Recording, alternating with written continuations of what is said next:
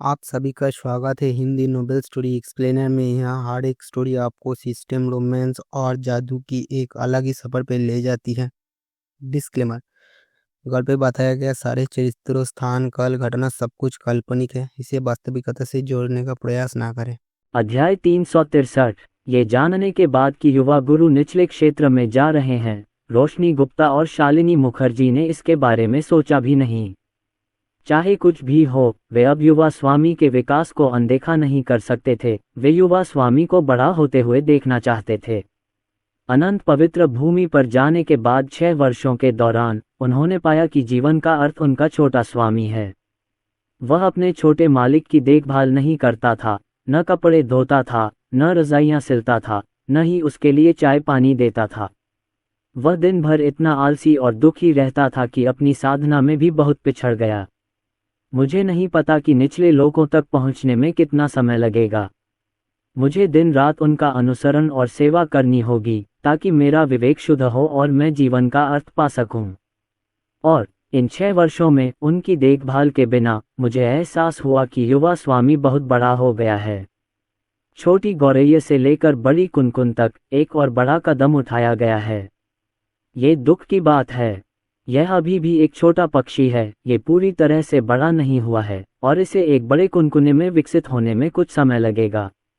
यदि यह वयस्क हो जाता है तो यह निश्चित रूप से एक सुनहरे पंखों वाले रॉक में परिवर्तित हो सकेगा, जो आकाश और पृथ्वी के बीच उड़ान भरेगा, अपने पंख फैलाएगा, आकाश में उड़ेगा, आकाश को चीरेगा और बादलों को भेदेगा। लेकिन अर्जुन यादव के पास अपनी चुड़ैल बहन के साथ व्यंग्यात्मक मुस्कान के साथ व्यवहार करने के अलावा कोई विकल्प नहीं था। ये 2 छोटी नौकरानियां वास्तव में उनसे छुटकारा नहीं पा सकती, चाहे कुछ भी हो जाए। आखिरकार उन दोनों को पूरे 6 साल तक परिवार में रखा गया था। अपने बिना दूसरों को भी बहुत कष्ट सहना पड़ा है और यह नहीं कहा जा सकता कि यदि आप इसे नहीं लाएंगे तो आप इसे नहीं लाएंगे।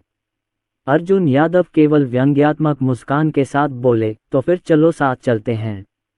हमारे बीच अनंत पवित्र भूमि के सर्वोच्च बुजुर्ग भी हैं। बुलबुल अब मेरी निजी अंगरक्षक बन गई है। आशा है आपको कोई आपत्ति नहीं होगी। अर्जुन यादव को दोनों छोटी नौकरानियों को पहले ही स्पष्ट रूप से समझाना पड़ा, अन्यथा वे दोनों फिर से ईर्ष्या करने लगतीं। इससे उसका सिर बड़ा हो गया। जहां तक रोशनी गुप्ता और शालिनी मुखर्जी की बात है, दोनों महिलाएं एक दूसरे को देख रही थीं, अजीब तरह से मुस्कुरा रही थीं और उनकी आंखों में रोशनी चमक रही थी।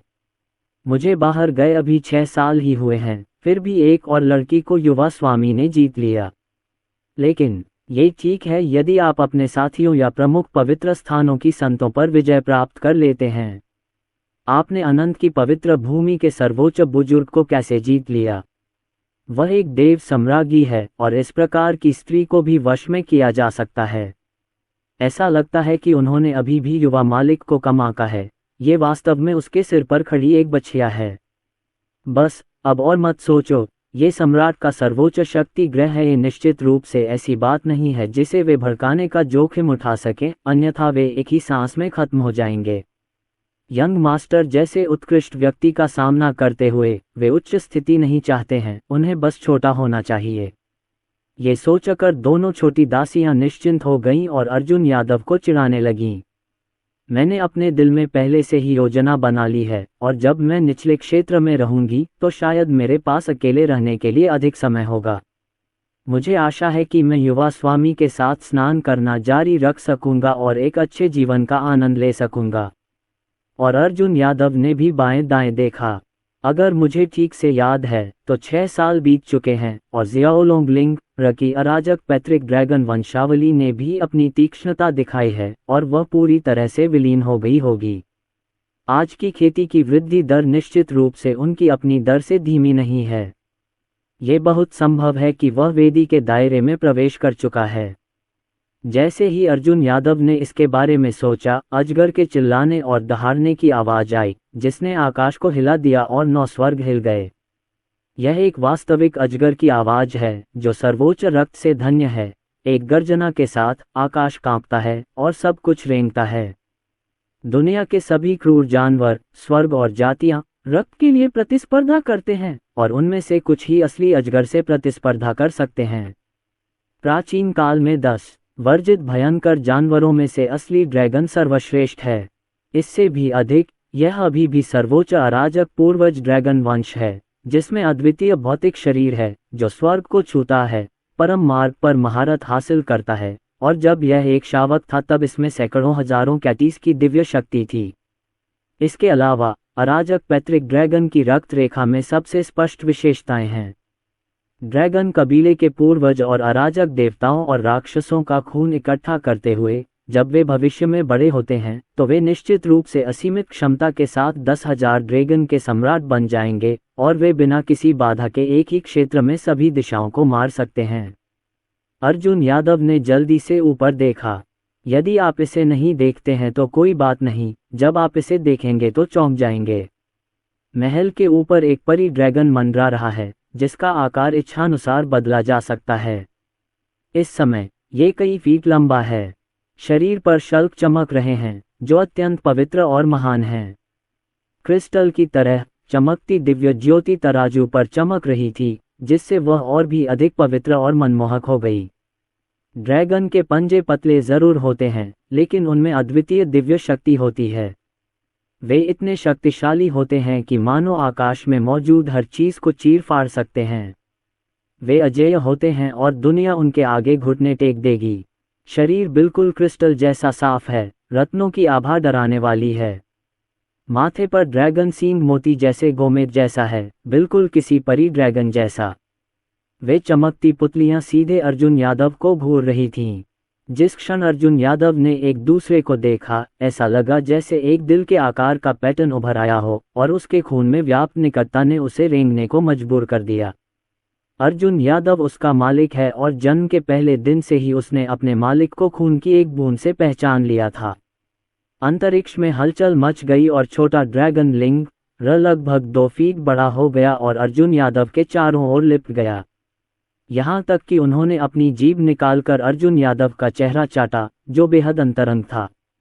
रोशनी गुप्ता और शालिनी मुखर्जी ने आंखों में अदम्य मुस्कान के साथ एक दूसरे को देखा, लेकिन वे जानते थे कि इन 6 वर्षों के दौरान लॉन्गलिंगर अक्सर दूर तक देखती रहती थी और शून्य दृष्टि से देखती रहती थी, और वह दिशा अनंत पवित्र भूमि की दिशा है। क्या आप भी जाना चाहते हैं? अर्जुन यादव ने शियाओलोंग एर के सिर पर हाथ फेरा और बहुत ही आत्मीयता से, बहुत ही कोमलता से पूछा। शियाओलोंग ने सिर हिलाया और आशा व्यक्त की कि स्वामी उसे भी साथ ले आएंगे। तो हम चलते हैं। पिताजी ने कहा था कि अंतरिक्ष चैनल 3 दिन बाद खोला जाएगा, लेकिन क्या ये संभव है? अर्जुन यादव के मुंह का कोना सिकुड़ गया और उसकी आंखों की रोशनी बिजली की तरह चमक उठी। रोशनी गुप्ता और शालिनी मुखर्जी जानती थीं कि उनके छोटे मालिक कभी आज्ञाकारी नहीं होंगे, अन्यथा उसे छोटा शैतान नहीं कहा जाता। अनंत पवित्र भूमि में वे अक्सर परेशानियां पैदा करते हैं, जिससे अनंत पवित्र भूमि के बुजुर्ग दुखी हो जाते हैं। उन्होंने ये मुकदमा अनंत के पवित्र गुरु के समक्ष भी उठाया।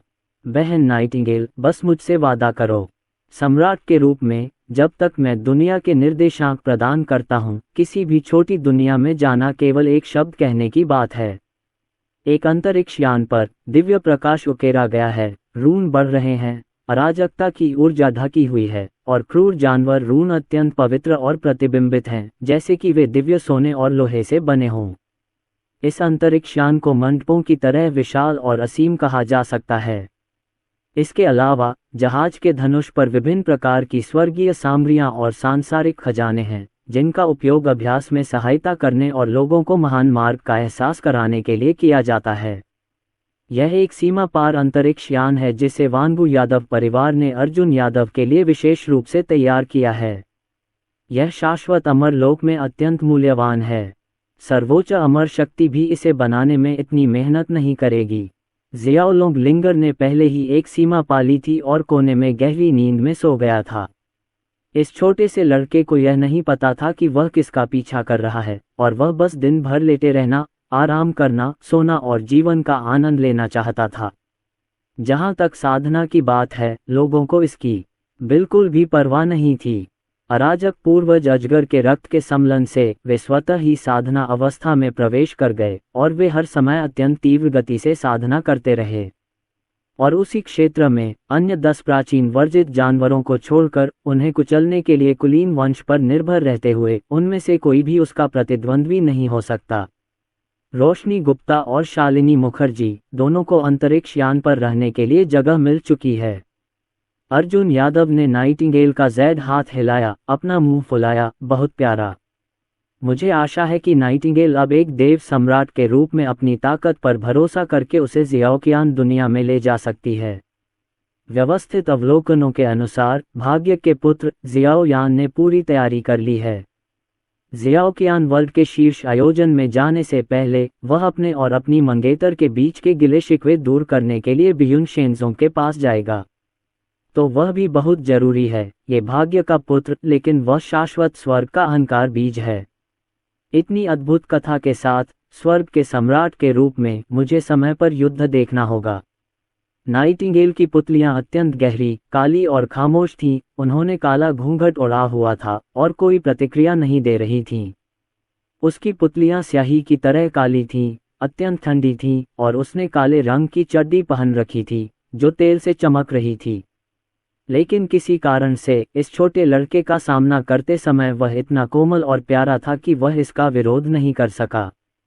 वह जो अभ्यास कर रही थी वह स्पष्ट रूप से सर्वोच्च और निर्दयी तरीका था और दुनिया की सभी भावनाएं पहले से ही उसके प्रति उदासीन थीं।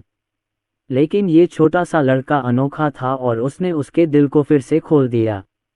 मुझे निर्देशांक बताओ। लेकिन नाइटिंगेल अभी भी शांति से बोली, केवल 3 शब्द बोले। लेकिन जब अर्जुन यादव को इसके बारे में पता चला तो वह बहुत खुश हुए और वहीं कूद पड़े। जल्दी करो और उस छोटी सी 1000 दुनिया के निर्देशांक नाइटिंगेल को दे दो और उसे वहां ले जाने के लिए कहो।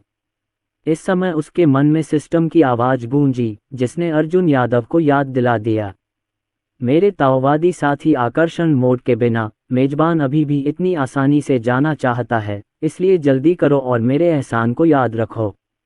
मुझे कुत्ता सिस्टम मत कहो। क्या तुम अपनी इज्जत नहीं गंवाना चाहते? अर्जुन यादव ने इसे नज़रअंदाज कर दिया और हर बार एक बार अभिमानी और अभिमानी हो जाता था। टोंगजी काफ़ी मज़ेदार था। विश्व निर्देशांक प्राप्त करने के बाद नाइटिंगेल ने अपने चारों ओर एक सर्वोच्च दिव्य आभा फैला दी और उसके शरीर के बाहर पवित्र रून चमक उठे, मानो वह विश्व स्थान की तलाश कर रही हो। एक क्षण में उसकी आंखों में बिजली की तरह चमक उठी, अत्यंत उज्ज्वल, चमकती हुई। पैरों के नीचे स्थित अंतरिक्ष यान तुरंत प्रक्षेपित हो गया और सारा अंतरिक्ष नीले समुद्र की लहरों की तरह शून्य में बदल गया और ये पवित्र अंतरिक्ष यान तारों के ब्रह्मांडीय समुद्र में लहराता और आगे बढ़ रहा था। जब नाइटिंगेल ने अपना छोटा सा हाथ उठाया तो अर्जुन यादव अभी भी एक रहस्यमय ऊर्जा से लिपटा हुआ था जो उसे इस विशाल ब्रह्मांड में अन्य ऊर्जाओं से होने वाली क्षति से बचा रहा था।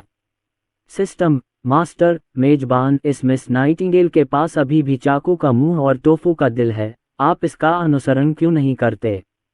बुरे विचार मत लाओ, वह सिर्फ मेरा अंगरक्षक है, ऐसी चीजें करना सामान्य बात है। टोंगजी, जल्दी से टेम्पलेट जुटाओ और भाग्य के बेटे की स्थिति का पता लगाओ। चलो सीधे खरबूजे खाने चलते हैं। डिंग, भाग्य कंपास सक्रिय हो गया है, भाग्य के बेटे के स्थान का पता लगा रहा है और मेजबान के लिए स्थान प्रदान कर रहा है। सिस्टम की आवाज़ अर्जुन यादव के मन में गूंजी और पल भर में ही अर्जुन यादव के मन में एक समन्वय प्रतिबिंबित हो गया। यह एक छोटी सी दुनिया थी, सीमित क्षेत्र और क्षीण आभा। सबसे शक्तिशाली संप्रदाय बस कमजोर हैं।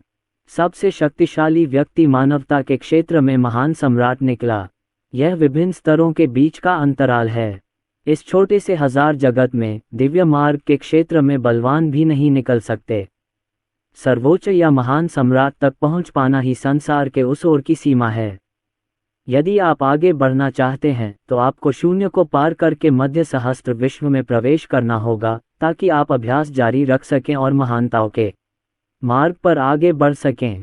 अन्यथा आप संसार द्वारा सीमित हो जाएंगे और अंततः कुछ भी नहीं कर पाएंगे, हमेशा के लिए मानवता के दायरे में रहकर बिना किसी प्रगति के। जहां तक बियुन शेंजोंग की बात है तो पिछले वर्ष इसे विश्व के उन हजारों कुत्तों में शीर्ष स्थान पर रखा गया था और यह एक विशालकाय कुत्ता है। लेकिन अर्जुन यादव की नज़र में वह सबसे कमजोर और विनम्र चींटी से अलग नहीं है। अर्जुन यादव तो ये भी सोच रहे थे कि यदि वे यादव परिवार से सच्चे देवताओं के राज्य में एक कुत्ता भेज दें तो क्या वह इस संसार को जीत सकेगा, अजय कहला सकेगा और संसार को शांत कर सकेगा। वास्तव में अर्जुन यादव ने जो सोचा वह सही था। सच्चे देवताओं के दायरे में इस छोटी सी हजार दुनिया में कुत्ते निश्चित रूप से अंधाधुंध हत्या करेंगे और कोई भी उन्हें रोक नहीं सकता। तब अर्जुन यादव शांत हो गए। उन्होंने शाश्वत स्वर्ग मोड चालू कर दिया और सीधे स्वर्ग स्थान के माध्यम से जासूसी करने का विकल्प चुना। वह स्वर्गीय दरबार में अपने अधीनस्थों से मिलने के लिए बेताब है। व्यवस्था द्वारा चुना गया भाग्य का पुत्र, कैसी क्षमता, कैसा आचरण शाश्वत स्वर्गीय दरबार में उसकी सेवा कर सकता है। आखिरकार शाश्वत स्वर्गीय न्यायालय के विकसित और विस्तारित होने के बाद शाश्वत स्वर्गीय न्यायालय सभी स्वर्गों और दुनियाओं में लोगों की हत्या कर रहा है। और वह नमकीन मछली सम्राट पीछे लेटा हुआ था, गर्म बर्तन खा रहा था, गीत गा रहा था और मोटे घर का सुखद पानी पी रहा था। डिंग डिंग डिंग, मेजबान के उचित अनुरोध का पता लगा लिया गया है और सिस्टम इसे जियोयान के दृष्टिकोण के साथ प्रदान करेगा। अर्जुन यादव के मन में जब दृश्य बदला तो ऐसा लगा जैसे ईश्वर का दृष्टिकोण समय बीतने और महान परिवर्तनों के साथ उस दुनिया की विकास प्रक्रिया को देख रहा हो। जियोयान को ढूंढने में ज्यादा समय नहीं लगा। इस समय वह काले कपड़े पहने हुए थे, उनकी आंखें दृढ़ और चमकीली थीं, जैसे युद्ध का कोई युवा देवता हो। वह लंबा और हट्टा कट्टा है और हफ्ते के दिनों में व्यायाम पर ध्यान देता है। वह अपनी पीठ पर एक बड़ा काला रूलर भी रखता है। ऐसा लगता है कि वह किसी खास सामग्री से बना है। उसका तापमान बहुत ज्यादा है और उसमें अलग अलग रंगों की लपटें टिमटिमा रही हैं। उसकी साधना के आधार को देखते हुए वह पहले ही अलौकिक शक्तियों के दायरे में पहुंच चुका है। ये लघु सहस्त्र लोक है, शाश्वत अमर लोक नहीं, जिसमें आध्यात्मिक ऊर्जा का अभाव है और नियम अधूरे हैं। वह अपने 20वें दशक में अलौकिक शक्तियों के क्षेत्र तक पहुंच सकता है और उसे एक सर्वोच्च प्रतिभा माना जा सकता है। इसकी तुलना उन शीर्ष संप्रदायों के उत्तराधिकारियों से की जा सकती है और यहाँ तक कि उनसे थोड़ा पीछे भी। इस समय वह बेहद आत्मविश्वास से लबरेज था, अपने पूरे शरीर में एक हल्की सी ज्वाला छोड़ रहा था, मानो कोई अग्नि सम्राट हो। वह पूर्ण स्वामी था, काले वस्त्र पहने और शक्तिशाली। यदि समान आयु के लोग इस स्तर तक पहुंच सकें तो नाक आसमान तक पहुंचने के लिए इंतजार नहीं कर सकती। हालांकि जियाओ यान ने ऐसा नहीं किया। 6 साल पहले दिए गए इस्तीफे ने उसके चरित्र को पूरी तरह से बदल दिया और उसे अपने अंदर के अहंकार को त्यागने का मौका दिया। आजकल उसे एक युवा प्रतिभा माना जा सकता है। इस छोटी सी दुनिया में कई शीर्ष शक्तियां हैं जो उसके साथ मित्रता रखती हैं। अगर वह इस युवा प्रतिभा से परिचित होना चाहे तो भविष्य में उसे एक मौका मिलेगा। क्या नीलामी शुरू होने वाली है? यह नीलामी मुख्य भूमि पर आयोजित सबसे रोमांचक और जादुई हथियारों की सबसे आकर्षक नीलामी कही जा रही है। आपको बहुत सारे देवता मिल सकते हैं। यदि आपको अवसर मिल जाए तो आपके पास एक और कार्ड होगा और आप लियू यी के साथ द्वंद्व युद्ध में अधिक आश्वस्त होंगे। जियोयान साम्राज्य में भटकता हुआ उस दुनिया में नीलामी के लिए जा रहा था, त्यांडर नीलामी। 6 साल की अवधि आ गई है और 3 दिन बाद वह अपनी मंगेतर लियू यी के साथ एक चौंकाने वाली लड़ाई शुरू करने के लिए बियुन संप्रदाय में जाएगा ताकि सगाई से सेवानिवृत्त होने का अपमान धो सके।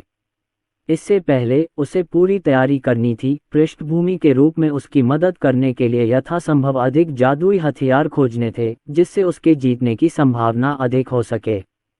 6 साल पहले संयोग से वह स्वर्गीय न्यायालय के सदस्य बन गए और स्वर्गीय न्यायालय के जनरल द्वारा प्रदत्त स्वर्गीय अग्निदेव कला प्राप्त की। असंख्य अग्नियों से युक्त शरीर जागृत हुआ, युवा नायकों की एक पीढ़ी बनी जिसमें इस दुनिया का शिखर बनने की योग्यता थी और यहाँ तक कि बचकर एक बड़ी दुनिया में जाने की क्षमता भी थी। लेकिन वह आंख मूंद कर भरोसा नहीं कर रहा था। लियू यी बियुन दिव्य संप्रदाय की एक संत थीं। उनमें असाधारण शक्ति थी, उन्हें संसाधनों का आशीर्वाद प्राप्त था और वे बहुत तेजी से आगे बढ़ीं। अब बहुत संभव है कि वे दिव्य महल के दायरे में पहुंच गई हों। इस महाद्वीप पर युवा पीढ़ी में वे निश्चित रूप से सर्वश्रेष्ठ हैं और कोई भी उनके खिलाफ नहीं लड़ सकता। मुझे उम्मीद है कि यह बेईदो नीलामी मुझे निराश नहीं करेगी। जियोयान नीलामी स्थल पर गया और अर्जुन यादव स्वर्गीय न्यायालय मोड के माध्यम से भगवान के नजरिए से इस दृश्य को देख रहे थे। मैं भी इस भाग्यवान पुत्र से तथा स्वर्गीय न्यायालय का उसका सेनापति बनने से बहुत संतुष्ट हूँ। अहंकार और उतावलेपन से बचें, यह अतिशयोक्ति नहीं है। इसके विपरीत ये काम करने में विवेकपूर्ण, हृदय में शांतिपूर्ण और ताओवाद में दृढ़ है। 10,000 अग्नियों के शरीर को जागृत करना और स्वर्गीय अग्नि देव कला का अभ्यास करना। इससे पहले उसने जुवानहुआंग दिव्य अग्नि, सजीव अग्नि और हिम दिव्य अग्नि का भी मिश्रण किया था। अब वह शक्तिशाली है और निश्चित रूप से विभिन्न स्तरों पर युद्ध कर सकता है। देखना जारी रखें। अप्रत्याशित बात यह है कि नीलामी में प्रवेश करते समय कोई काल्पनिक रक्षक, निंदक नहीं, बल्कि सम्मान होता है। सिस्टम के माध्यम से समझाने के बाद अर्जुन यादव को आखिरकार पता चला कि उन्हें देर हो चुकी थी और इस तरह की साजिश बहुत पहले हो चुकी थी।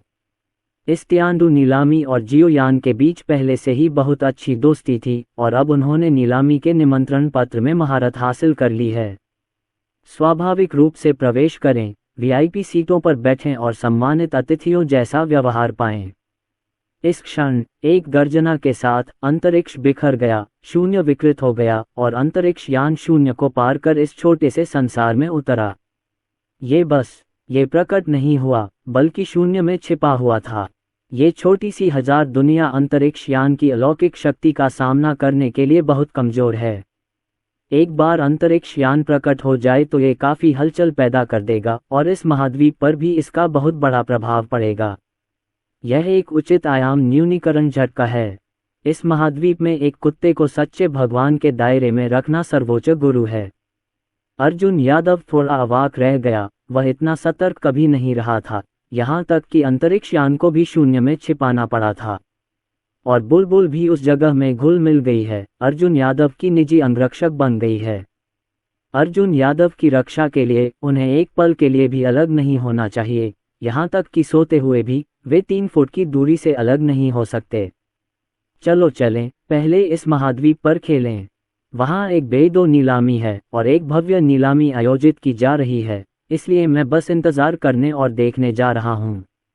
वैसे इस महाद्वीप के रीति रिवाजों और तमाम तरह के जादुई खजानों के बारे में भी जान लीजिए, शायद अप्रत्याशित लाभ हो जाए। अर्जुन यादव अपने हाथ पीछे करके खड़े हो गए और हल्की मुस्कान के साथ बोले, उनके शब्द लालित्य से भरे थे। पीछे बैठी 2 छोटी नौकरानियां एक दूसरे को देखकर हंस पड़ीं। छोटा मालिक सचमुच बहुत प्यारा है। मुझे घर छोड़े हुए अभी काफी समय ही हुआ था, इसलिए मैंने परिपक्व होने का नाटक किया और रास्ते में रीति रिवाजों के बारे में भी सीखा। जो अपने छोटे छोटे विचारों को नहीं जानता, वह चीजों को फिर से ठीक करना चाहता है। आह छोटे मालिक, इस महाद्वीप में अधिक सतर्क रहना बेहतर है।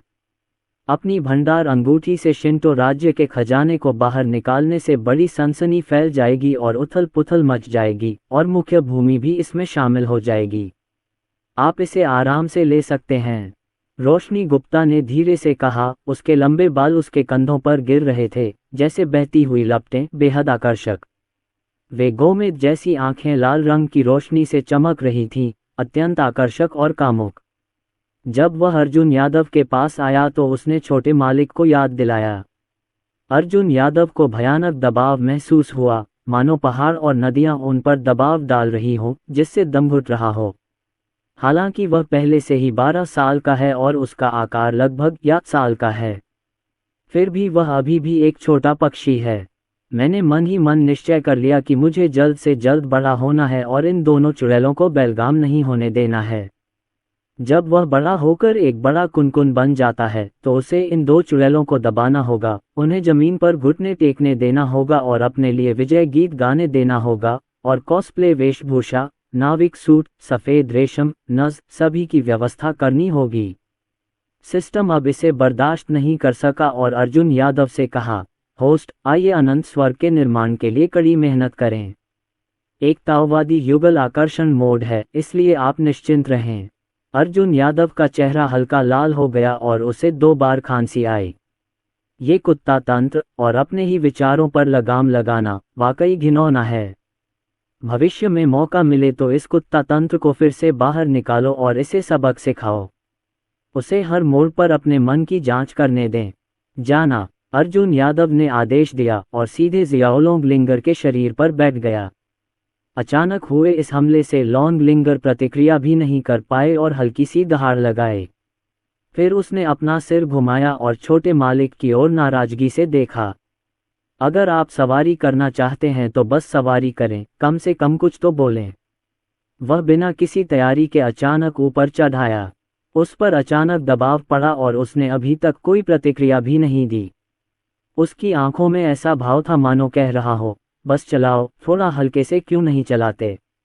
अर्जुन यादव भी थोड़ा शर्मिंदा था और उसने सीधे जियाओलोंग लिंगर की आंखों में देखने की हिम्मत नहीं की। लिंगर, चलो चलें, चलो चलें। ड्रैगन सींग जिसने सीधे जियाओलोंग लिंगर को पकड़ लिया था, जैद सामग्री की तरह था, गर्मी को बढ़ाता हुआ और बहुत चिकना, जैसे स्टीयरिंग व्हील को पकड़े हुए और इच्छानुसार दिशा को नियंत्रित कर सकता था। लॉन्ग लिंग भी तेजी से लगभग 3 फीट लंबा हो गया और वह दुबली पतली आकृति पल भर में फैल गई। ड्रैगन के पंजे इतने तीखे थे मानो शून्य को भेद सकें, बहुत शक्तिशाली। जब आप चलते हैं तो आप तैरते हुए अजगर की तरह होते हैं, बिजली से भी तेज, शून्य में कूदते हुए। ये परी ड्रैगन एक देवदूत की तरह है जो अर्जुन यादव को पहाड़ों और नदियों के चारों ओर ले जाता है, उज्ज्वल और समृद्ध दुनिया को देखता है, पहाड़ों और नदियों को देखता है। ये बेहद रोमांटिक है। रोशनी गुप्ता और शालिनी मुखर्जी दोनों ही देवताओं के लोक में हैं, शक्तिशाली और साधना में तेज। अब जब वे इस छोटी सी दुनिया में आ गई हैं तो वे आज़ादी से दौड़ सकती हैं और स्वर्ग और धरती के बीच अपनी तलवारें चला सकती हैं। अर्जुन यादव का पीछा करते हुए, चुपचाप उसकी रक्षा करते हुए। जहां तक बुलबुल का सवाल है तो कहने की जरूरत नहीं कि वह शून्य में छिपी रही और शुरू से अंत तक अर्जुन यादव से लगभग 3 फीट की दूरी बनाए रखी और कभी भी 3 फीट की दूरी नहीं छोड़ी। अर्जुन यादव को हमेशा ऐसा लगता था कि कोई उन्हें घूर रहा है, लेकिन जब उन्होंने सोचा कि यह उनकी काली चड्डी मिस नाइटिंगेल है तो उन्हें तुरंत राहत महसूस हुई। इस तरह की सेवा अच्छी है। कुछ समय बाद ही बेदो नीलामी आ गई। अर्जुन यादव सोच ही रहे थे कि अंदर कैसे जाएं, तभी अचानक आसपास का खाली स्थान रोशनी से जगमगा उठा, साथ में एक बवंडर भी आया। नीलामी के अंत में कई लोग पहले ही आ चुके थे।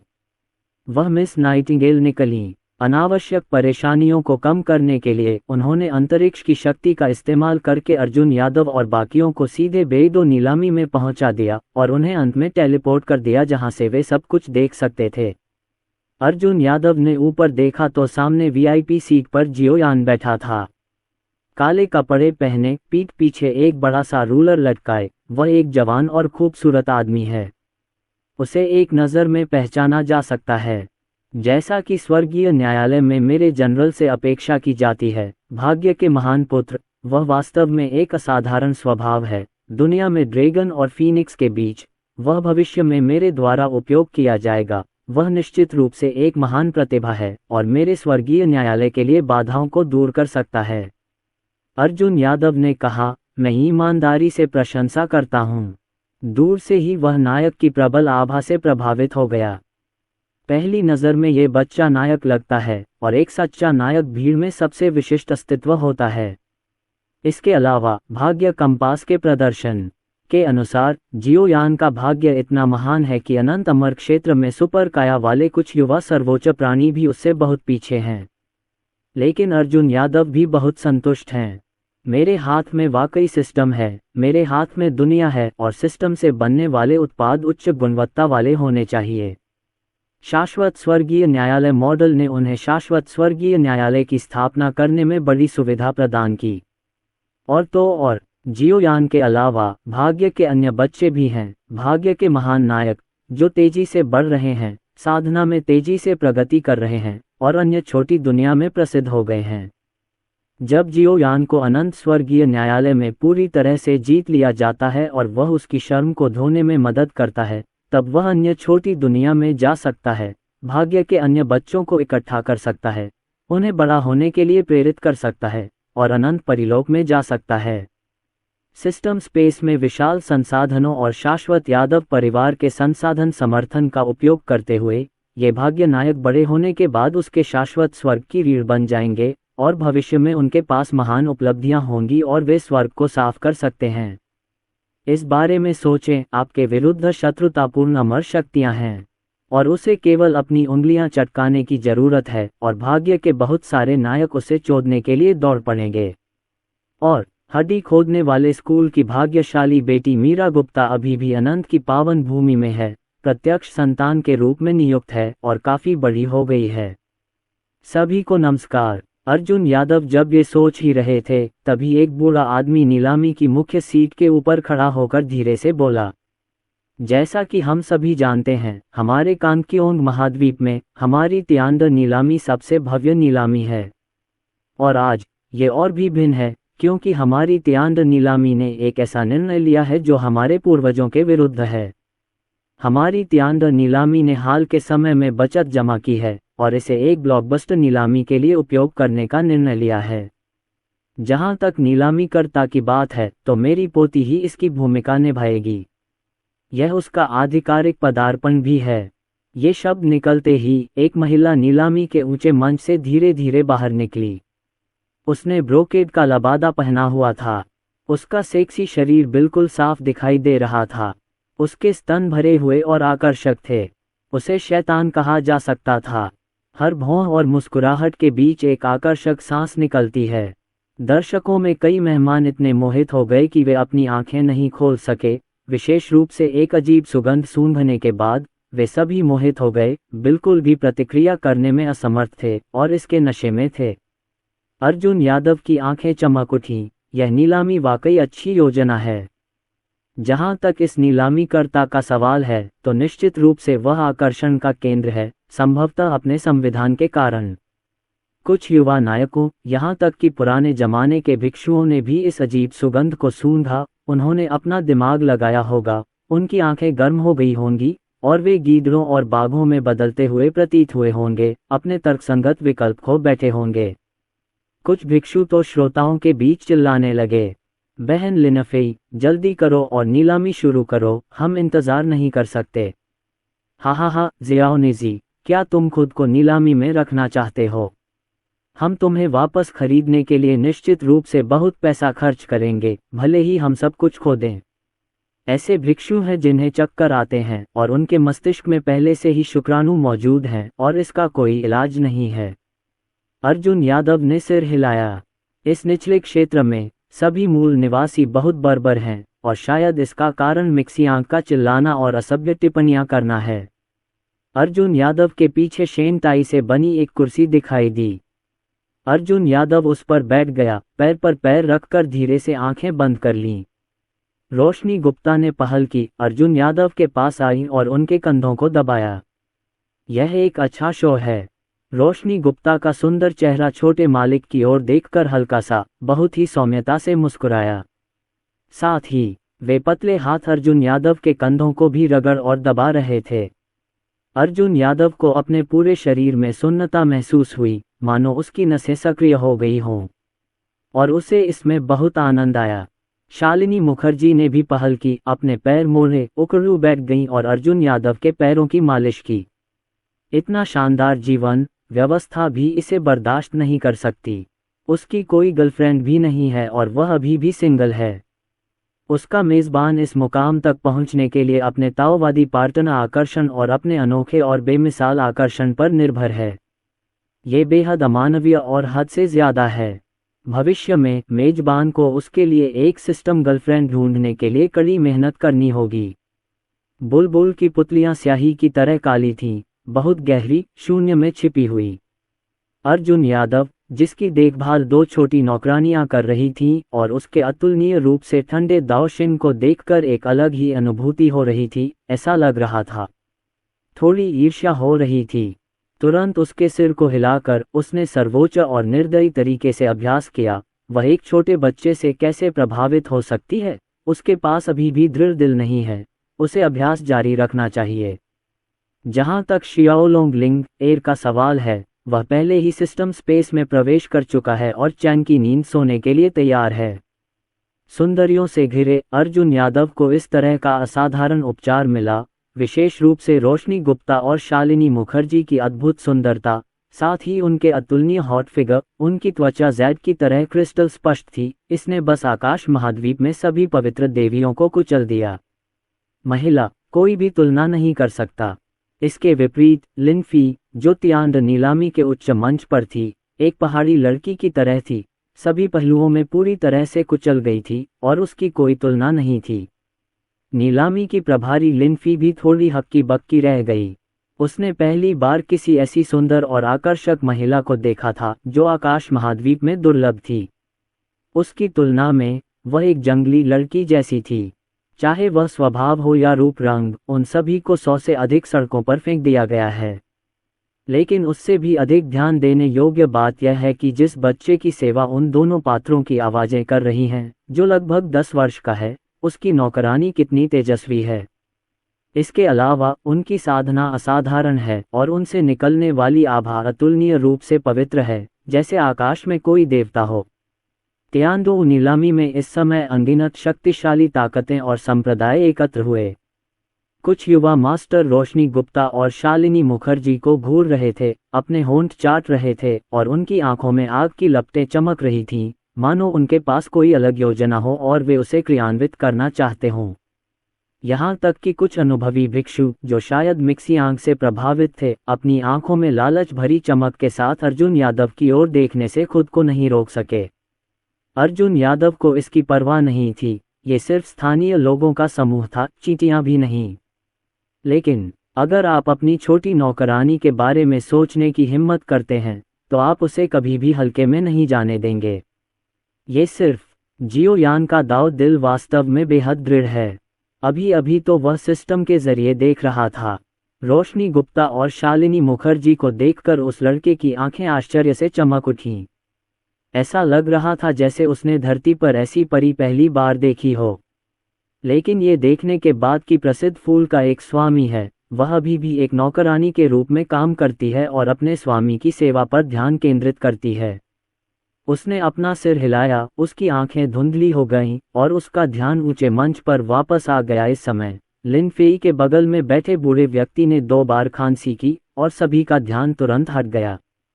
ये सही है, वे यहाँ नीलामी के लिए आए हैं, किसी युवा स्वामी को नौकरानी का नेतृत्व करते देखने के लिए नहीं। इस बार तियांड नीलामी कार्यक्रम आधिकारिक तौर पर शुरू हो गया है। ये पहला बैच स्वाभाविक रूप से आप अच्छे भाइयों को निराश नहीं करेगा। यही है दिव्य चंद्रमन का। किंवदंती के अनुसार उज्ज्वल चंद्रमा का यह मोती हमारे आकाश महाद्वीप में अत्यंत दुर्लभ है और इसका आत्मा को पोषण देने वाला प्रभाव है, जो साधना के लिए काफी सहायक है। इसे प्राप्त करना अत्यंत कठिन है। आपको जानवरों का शिकार करना होगा और फिर जानवरों की गोलियों और विभिन्न खजानों का उपयोग करके उन्हें मिश्रित और परिष्कृत करना होगा, तभी आप सफल हो सकेंगे। लिन फेई ने उच्च मंच पर परिचय कराया। दर्शकगण बेहद उत्साहित थे। उन्हें उम्मीद नहीं थी कि पहली नीलामी की वस्तु इतनी अनमोल होगी। इस तरह निम्नलिखित खजाने और भी अधिक मूल्यवान और असाधारण होंगे। लेकिन कुछ मध्यम शक्तियां भी इस तरह के खजाने को छोड़ने के लिए अनिच्छुक थीं, इसलिए उन्होंने जल्दबाजी में बोली लगाई। 300 निम्न श्रेणी के आत्मा पत्थर, मैं 500 निम्न श्रेणी के स्पिरिट स्टोन दूंगा, मैं 600 रुपये दूंगा। अचानक बोली लगाने की आवाजें एक दूसरे से प्रतिस्पर्धा करते हुए आने और जाने लगीं। इनमें से ज्यादातर निम्न स्तरीय या मध्यम स्तरीय ताकतें हैं। वे जानते हैं कि बाद में नीलाम होने वाली चीजें खजाने की होंगी और उनके लिए प्रतिस्पर्धा करने की बारी उनकी नहीं है। तो सबसे पहले सभी मौजूदा नीलामी वस्तुओं की नीलामी करें। आप कुछ हासिल भी कर सकते हैं और परिवार की शक्ति में लौटने के बाद आप क्रेडिट का दावा भी कर सकते हैं। जहां तक कुछ उच्च स्तरीय ताकतों का सवाल है, वे अभी भी इंतजार कर रहे हैं और देख रहे हैं। वे अपने हाथों में मौजूद स्पिरिट स्टोन्स को मध्य और अंतिम चरणों तक बचाए रखना चाहते हैं और तियांडू नीलामी में आखिरी कुछ खजानों के लिए दूसरी बड़ी ताकतों से मुकाबला करना चाहते हैं। फिर लिन फेई ने एक के बाद एक कई नीलामी की वस्तुएं निकालीं। इसमें कोई शक नहीं कि कांगकियोंग महाद्वीप की इस छोटी सी दुनिया में ये निश्चित रूप से दुर्लभ खजाने हैं। ये बेहद कीमती हैं और कई ताकतों द्वारा छीने जाने लायक हैं। लेकिन जियाओयान का भी रवैया प्रतीक्षा करने और देखने वाला था और उसे इन नीलामी वस्तुओं में कोई दिलचस्पी नहीं थी। इस बात की प्रबल संभावना है कि उन्हें अंतिम कुछ नीलामी वस्तुओं के लिए उन शीर्ष ताकतों के साथ प्रतिस्पर्धा करनी पड़ेगी। जहां तक अर्जुन यादव का सवाल है तो वह इस समय स्तब्ध थे। वह वहां के रीति रिवाजों को देखने आया था और वहां उसकी मुलाकात स्थानीय लोगों के एक समूह से हुई। आइए शीर्ष नीलामी आयोजनों पर एक नज़र डालें और जानें कि किस प्रकार के खजाने की नीलामी की जा सकती है। लेकिन उसे कभी यह नहीं सूझा कि जो खजाने बाहर लाए गए थे वे सब बेकार और बदसूरत थे। तियांडू नीलामी घर द्वारा नीलामी के लिए रखे गए ये खजाने उनके शाश्वत यादव परिवार की मिट्टी भरने के लायक भी नहीं हैं। ये कहना अतिशयोक्ति नहीं होगी कि ये कचरा हैं। सभी प्रकार के पवित्र पर्वतों और खजाने वाले द्वीपों पर स्थित होने के कारण यहाँ तक कि गुजरने वाले क्रूर जानवर भी उन पर नज़र डालने की जहमत नहीं उठाते। भले ही यह जादुई हथियारों और जादुई हथियारों का एक पहाड़ हो जो किसी के अपने सिस्टम के स्थान पर ढेर हो गया हो, अगर किसी को यादृच्छिक रूप से बाहर निकाला जाता है तो यह इस छोटे से हजार दुनिया के लोगों द्वारा पचाने से बहुत दूर है। ये पता चला है, यह एक आयाम न्यूनीकरण हड़ताल है। अर्जुन यादव ने ये सब उदासीनता से देखा और तुरंत ही आकाश महाद्वीप में उसकी रुचि खत्म हो गई। आखिरकार ये वह स्थान था जहां विवाह से सेवानिवृत्त हुए भाग्य के पुत्र का निवास था और यह इतना जर्जर था कि इसमें कोई अच्छा जादुई हथियार या खजाना भी नहीं था। नीलाम किए गए कुछ जादुई हथियारों और खजानों को उनके वांगू यादव परिवार में रखे जाने पर कचरा भी नहीं माना जाता। अर्जुन यादव ने बहुत निराश होकर हल्की सी आह भरी और यहाँ तक कि वहाँ से चले जाना चाहा। लेकिन जियोयान को वीआईपी सीट पर मजबूती से बैठे देखकर उसने कुछ देर तक उसे देखने का फैसला किया। आइए देखें कि भाग्य का पुत्र कौन सी अच्छी चीजें उठा सकता है जिनका उपयोग बियुन दिव्य संप्रदाय में जाने पर किया जा सकता है। सामान्य ज्ञान के अनुसार भाग्य के पुत्र द्वारा जो कुछ देखा जा सकता है वह बिल्कुल असाधारण है और यह निश्चित रूप से एक जादुई हथियार है। अर्जुन यादव ने खुद को इस असुविधा को सहन करने के लिए मजबूर किया और देखना जारी रखा। खुशकिस्मती से वहां रोशनी गुप्ता और शालिनी मुखर्जी भी थीं, जिन्होंने उसके कंधों और पैरों की मालिश की और उसकी खूब सेवा की। उन्होंने आंखें थोड़ी सिकोड़ी और खूब आनंद लिया। अरे, आपने हमें पहले ही यहाँ बुला लिया है। क्या आपको उस दिन नीलामी में थोड़ी ईमानदारी नहीं दिखानी चाहिए थी? तुम्हारी हिम्मत कैसे हुई इन छोटी मोटी चीज़ों को ले जाने की? कुछ महान संप्रदायों के बुजुर्ग अनिच्छुक थे और उनके चेहरे पर अप्रसन्नता थी, इसलिए उन्होंने जल्दी से अपना मुंह खोल दिया। यहाँ आने का उद्देश्य इन छोटी ताकतों को एक दूसरे से प्रतिस्पर्धा करते देखना नहीं है। वे एक वास्तविक जादुई हथियार चाहते हैं जो उनके संप्रदाय के विकास में महत्वपूर्ण भूमिका निभा सके। बेकार चीजों को देखने के बजाय अर्जुन यादव ने अपनी आंखें सिकुड़ी, हल्के से मुस्कुराए और अपने मुंह के कोनों को थोड़ा ऊपर उठाया। ऐसा लगता है कि आकाश महाद्वीप की शीर्ष शक्तियों के पास कुछ दूरदर्शिता है। जहां तक जियाओयान की बात है, वह पहाड़ की तरह स्थिर था। वह वीआईपी सिंहासन पर बैठा था। उसने काले कपड़े पहने थे और उसका स्वभाव शांत और निश्चिंत था। बाहरी दुनिया को परेशानी पैदा करने की इजाज़त देकर वह एक हत्यारे की तरह है जो जाने के लिए तैयार है। जब समय आए तो इसे हटाने के लिए तुरंत कदम उठाए। अतिथिगण, चिंता मत करो। अगला चरण हमारी तियांड नीलामी का मुख्य आकर्षण है। सभी लोग कृपया देखें। लिनफेई ने मुस्कुराते हुए कहा। उसकी आवाज़ आकर्षक थी और उसमें से एक मनमोहक खुशबू आ रही थी जिसने लोगों को मदहोश कर दिया। हर किसी का ध्यान तुरंत आकर्षित हो गया। उनकी आंखें चमक उठीं और कीमती रोशनी टिमटिमाने लगी, मानो वे इसका इंतजार कर रहे हों। थोड़ी देर बाद ऊंचे मंच पर एक खजाने का बक्सा धीरे धीरे ऊपर उठा, जिसमें अजीब रेखाएं आपस में गुंथी हुई थीं, जिससे एक शक्तिशाली आभा निकल रही थी। प्रकाश के पैटर्न के तार एक दूसरे से गुथे हुए और जुड़े हुए हैं और उनमें दिव्य वस्तुएं समाहित हैं जिन्होंने तुरंत सभी का ध्यान आकर्षित किया। हालांकि अर्जुन यादव ने बस अपना सिर थोड़ा सा हिलाया, अपनी दोहरी पुतलियों को सक्रिय किया, सभी भ्रमों को तोड़ दिया और तुरंत खजाने के बक्से की सामग्री को देखा जो कि सिर्फ एक गोली थी। मेहमानों, क्या आप अनुमान लगा सकते हैं कि इस खजाने के बक्से में किस तरह की बुद्ध भरी हुई है? लिनफी ने हल्के से मुस्कुराया, उसके लाल होंठ चमकीले थे और उसकी पतली उंगलियों ने खजाने के बक्से को छुआ, जिसने तुरंत सभी की रुचि जगा दी, जिससे लोग अटकलें लगाने लगे और अपना ध्यान केंद्रित करने लगे। मुझे नहीं पता कि मैं पतली उंगलियों को देख रहा हूं या रून से गुथे खजाने के बक्से को। अर्जुन यादवडू ने थोड़ा प्रशंसा की। ये छोटी लड़की एक नीलामीकर्ता बनने के लिए बहुत उपयुक्त है। एक भौं और मुस्कुराहट के साथ, वह आकर्षक और मार्मिक है, और वह दर्शकों की लय को लगातार नियंत्रित कर सकती है। नीलामी के किसी भी टुकड़े को एक बुत की तरह स्पष्ट रूप से वर्णित किया जा सकता है। ये लोगों का ध्यान भी आकर्षित कर सकता है और मन को शांत भी कर सकता है, विशेष रूप से मादक सुगंध, जो निश्चित रूप से विशेष रूप से बनाई गई है। जब तक आपके पास एक दृढ़ दाव हृदय या एक सुपर काया नहीं है, तब तक आप कुछ हद तक प्रभावित होंगे। भीड़ को जयकार करते और बॉक्स खोलने के लिए उत्सुक देखकर लिनफी चुपके से मुस्कुराए।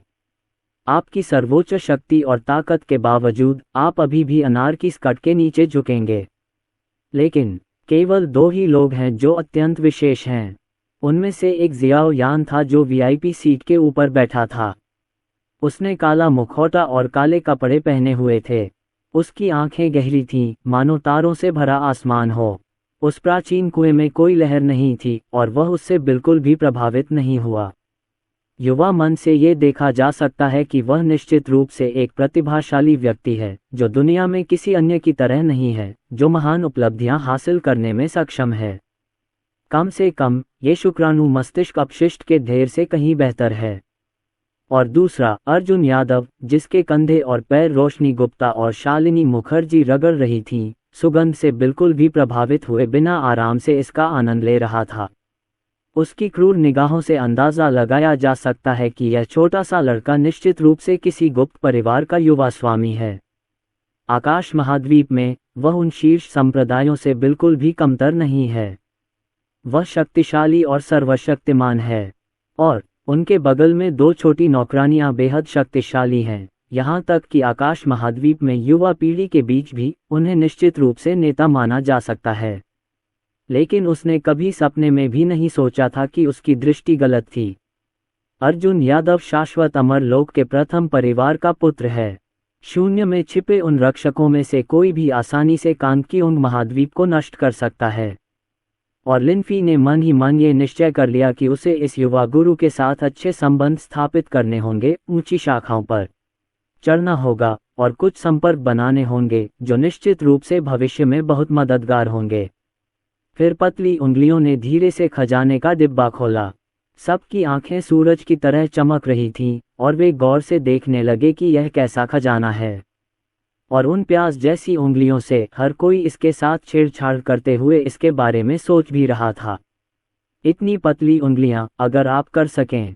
और रत्नों और मणियों के फटने के साथ ऊंचे मंच पर उज्ज्वल प्रकाश चमक उठा। एक छोटे से सूरज की तरह प्राचीन सांस फैल गई और यह अत्यंत पवित्र था। दर्शकों में सभी लोग स्थिर खड़े रहे, उनकी आंखें बड़ी हो गईं, वे इसका इंतजार कर रहे थे। यहाँ तक कि कुछ शीर्ष ताकतें भी हैं जो इसे खरीदने के लिए बड़ी कीमत चुकाने को तैयार हैं।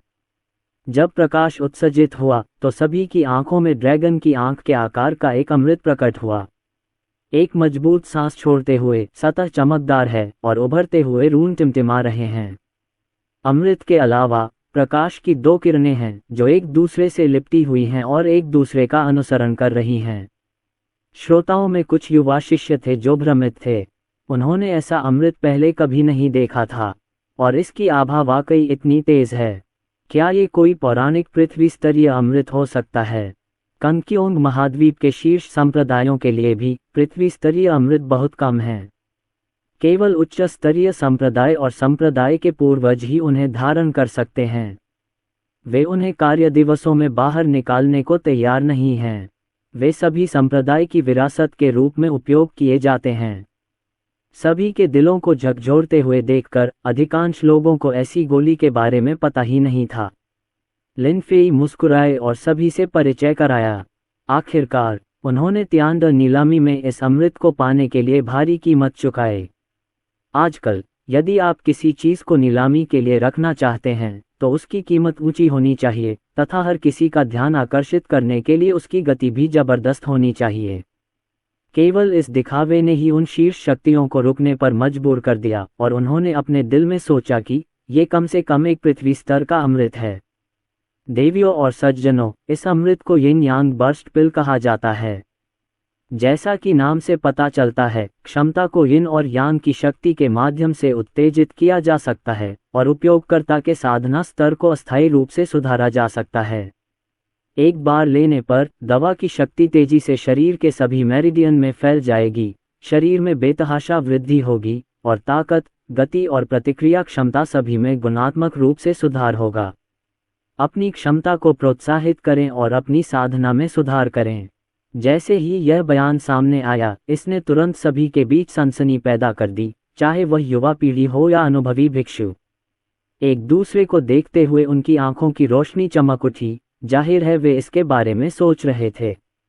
यह अस्थायी रूप से साधना स्तर में सुधार कर सकता है, शरीर में क्षमता को उत्तेजित कर सकता है तथा शारीरिक और दिव्य शक्ति को बढ़ा सकता है। अगर आपका सामना किसी ऐसे दुर्जय या शत्रु से हो जिससे निपटना मुश्किल हो, तो आपस में लड़ने के बाद आप उसे अस्थायी रूप से सुधारने और दबाने के लिए अमृत निगल सकते हैं। ये कितना सुंदर है। हर कोई बोली लगाने वाला था, लेकिन लिनफी ने उन्हें सही समय पर याद दिलाया। आप लोगों को ध्यान से सोचना होगा। ये यिन यांग विस्फोटक गोली अस्थायी रूप से आपकी साधना में सुधार कर सकती है और आपकी दिव्य शक्ति को बढ़ा सकती है, लेकिन इसके कई दुष्प्रभाव भी हैं। गोली निगलने की अवधि के दौरान शरीर और आत्मा पर बहुत दबाव पड़ेगा, मानो माउंट ताई का भार भारी हो। यह असहनीय है। एक बार दवा का असर खत्म हो गया तो आप वध के लिए एक मेमना बन जाएंगे। अर्जुन यादव अवाक थे और सोने के लिए तैयार थे। लता यादव ये के परिवार के कीमिया हॉल में उनमें से किसी को भी उच्च रैंक नहीं दिया जा सकता है और उन्हें इच्छानुसार त्याग दिया जा सकता है या अपशिष्ट कीमिया के रूप में इस्तेमाल किया जा सकता है, जिसका बहुत कम प्रभाव पड़ता है। हालांकि दर्शकों में हर कोई अभी भी उत्साहित है और इसे देखने के लिए उमड़ रहा है। यह अस्थायी रूप से साधना स्तर को सुधार सकता है और शत्रु का दमन कर सकता है। भले ही इसके दुष्प्रभाव हों तो क्या हुआ, सामान्यतः कहें तो इसके फायदे इसके नुकसान से अधिक हैं और यह खरीदने लायक है। मैं 1000 निम्न श्रेणी के आत्मा पत्थर भेंट करूंगा।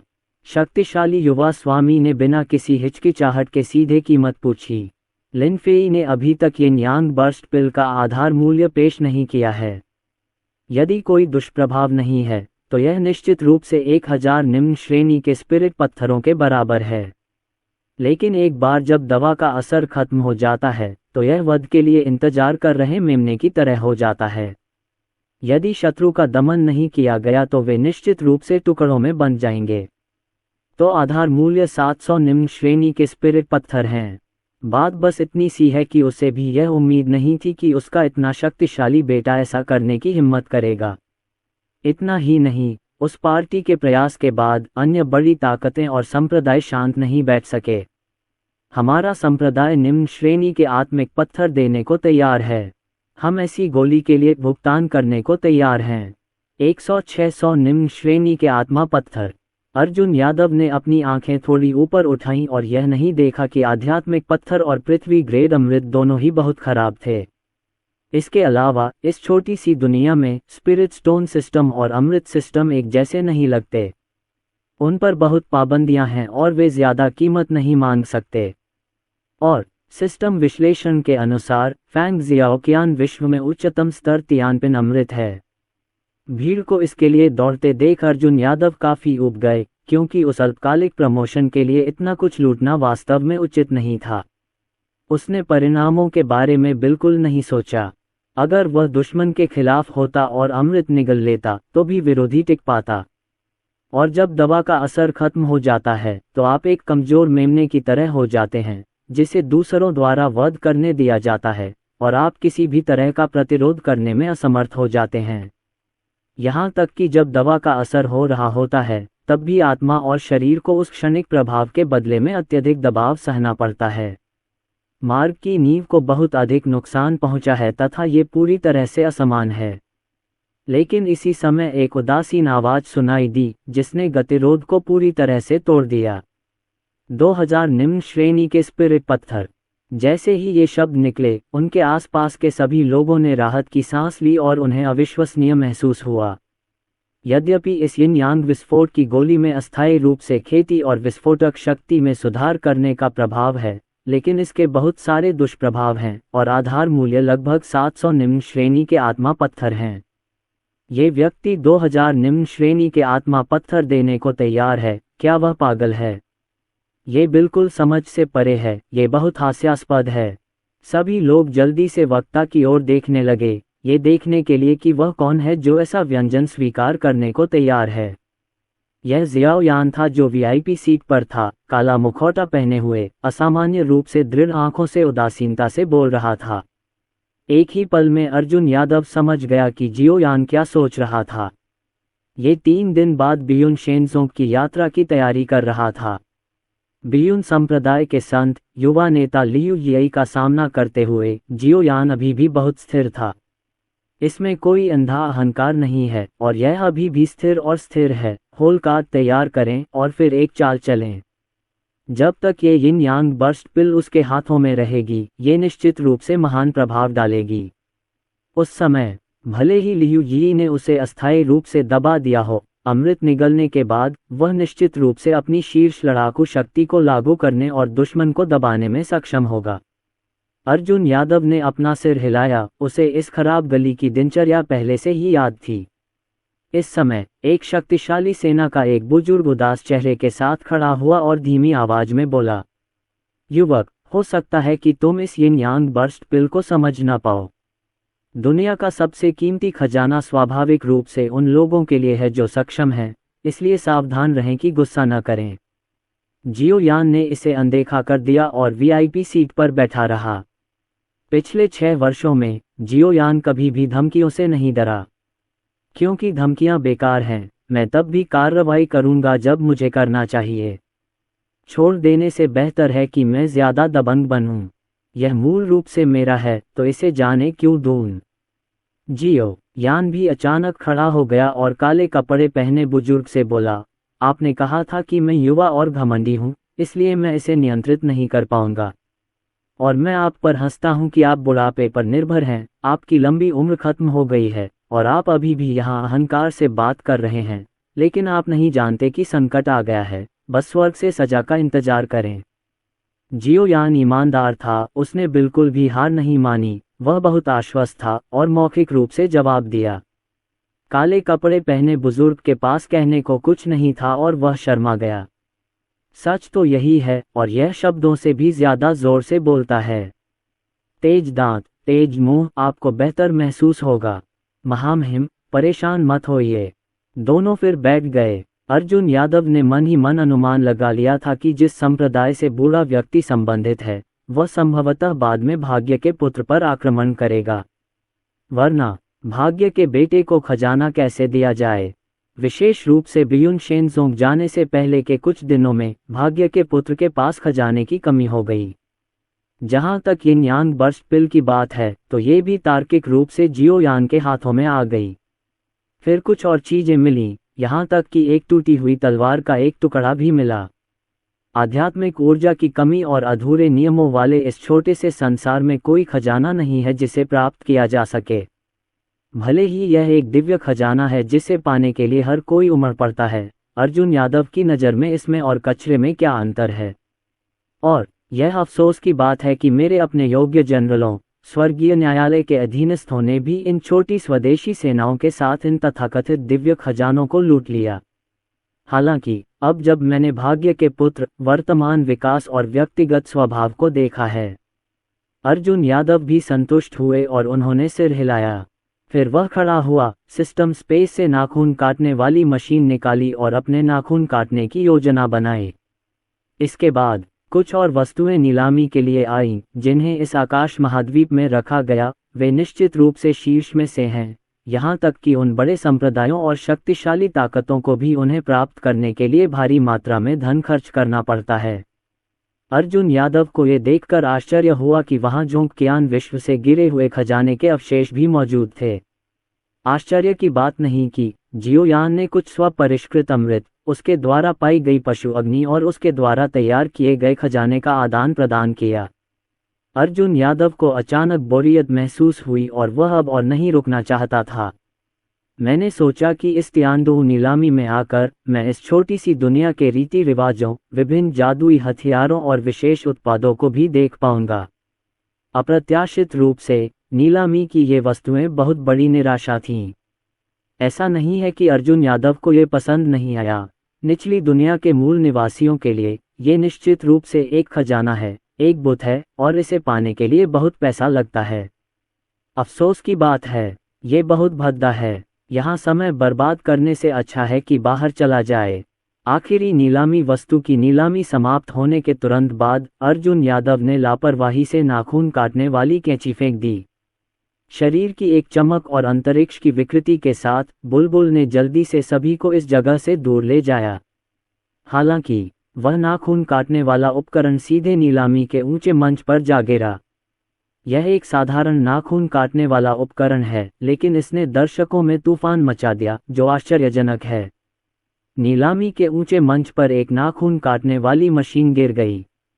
यद्यपि यह बहुत छोटा है, फिर भी ये देखने में आकर्षक है। एक साधारण सा नाखून काटने वाला उपकरण शून्य में छेद कर देता था और अंतरिक्ष को विकृत कर देता था। जहां भी वह गुजरता था, वहां रून प्रवाहित होते थे और अंतरिक्ष बिखर जाता था। ये बेहद भयावह था। ऐसी शक्ति ने वहां उपस्थित सभी लोगों को चौंका दिया, जो अप्रत्याशित था।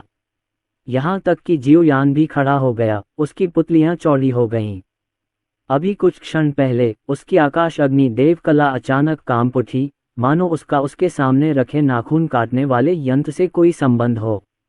लिन फेई भी जल्दी से नाखून काटने वाली मशीन के सामने पहुंची, एक हॉट फिगर के साथ अपनी स्कर्ट का हेम उठाया और धीरे से नीचे बैठ गई।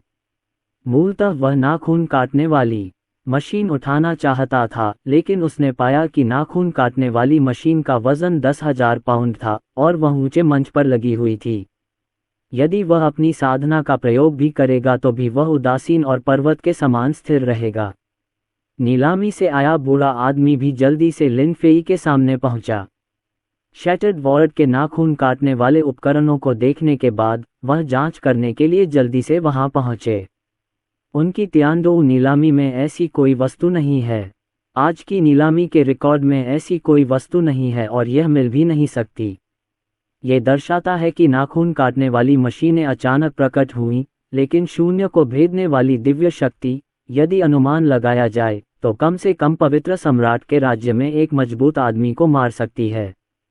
यहाँ तक कि सर्वोच्च क्षेत्र या यहाँ तक कि महान सम्राट क्षेत्र भी गंभीर रूप से घायल हो सकता है। ये बात केवल नीलामी ब्लॉक के शीर्ष पर बैठे लोगों ने ही नहीं देखी। यहाँ तक कि नीचे की प्रमुख शक्तियाँ भी नाखून काटने वाली मशीनों को गौर से देख रही थीं। उन्हें यह अंदेशा था कि यह नेल क्लिपर निश्चित रूप से आज की नीलामी में सबसे आश्चर्यजनक वस्तु थी। यद्यपि यह एक साधारण नाखून काटने वाला उपकरण है, लेकिन इससे निकलने वाली आभा अत्यंत मादक और भयावह है। यह अत्यंत तीक्ष्ण है, मानो ये दिव्य लोहे से बना हो, जिससे हल्की चमक निकलती है, तथा सूर्य के प्रकाश में यह अधिक पवित्र, प्राचीन और असाधारण हो जाता है। कभी कभी तो जो सांस निकलती है, वह धरती को कांपने के लिए काफी होती है। ये कितना भयानक है। इसके अलावा उस पर रून रंस की आकृतियां बनी हुई थीं। उन्होंने इस प्रकार की रुनियां पहले कभी नहीं देखी थीं। ये संभव है कि यह किसी उच्चतर स्तर, पारलौकिक और अत्यंत पवित्र स्थान से आता हो। नीलामी के ऊंचे मंच पर बैठे बूढ़े व्यक्ति के बारे में कुछ जांच पड़ताल करने के बाद उसकी पुतलियां कांपने लगीं और वह डर के मारे बोला, ये नाखून काटने वाला उपकरण संभवतः किसी ऊंचे स्थान से गिरा है। शक्ति पूरी तरह से प्रयोग में है और यह सम्राट को पूरी तरह से मार भी सकती है। जैसे ही आवाज गिरी, उसे लगा कि कुछ गड़बड़ है, इसलिए वह जल्दी से चुप हो गया। दुर्भाग्यवश अब बहुत देर हो चुकी है। यदि मैंने अभी इसका उल्लेख नहीं किया होता तो मैं नाखून काटने वाली मशीन को तियांद नीलामी में छोड़ सकता था। लेकिन जब ये शब्द बोले गए और सबने इन्हें सुना तो दर्शकों को ऐसा लगा जैसे वे दुष्ट भेड़ियों के झुंड में हों। यह कोई नाखून काटने वाला हथियार नहीं है, ये तो स्पष्टतः एक अद्वितीय हथियार है। इसके अलावा यह एक अद्वितीय दिव्य अस्त्र है जो किसी उच्चतर स्तर से गिरा है। ये संसार में अत्यंत दुर्लभ है। इसमें अद्वितीय मारक शक्ति है। स्वाभाविक रूप से यह उन लोगों के लिए है जो इसके लिए सक्षम हैं। तियानडू नीलामी, नाखून काटने की मशीन सौंप दो। एक ताकतवर दल के एक बुजुर्ग से रहा नहीं गया। वह शून्य को पार करते हुए नीलामी स्थल पर पहुंच गया। एक पंजा बाहर निकला, उसकी सांस फूली और वह नाखून काटने वाली मशीन अपनी हथेली में थामने ही वाला था। ये नाखून काटने वाला एक अद्वितीय जादुई हथियार है। यह आकाश महाद्वीप की चरम लड़ाकू शक्ति, मानव क्षेत्र की सीमा, महान सम्राट को भी मार सकता है। यदि उनकी सेनाओं को यह नाखून काटने वाली मशीन मिल जाए तो और कौन इससे छेड़छाड़ करने की हिम्मत करेगा। यहाँ तक कि सम्राट को भी उसके आगे झुकना पड़ेगा। इसके बारे में सोचना भी मत। नाखून काटने वाली मशीनें मेरी हैं।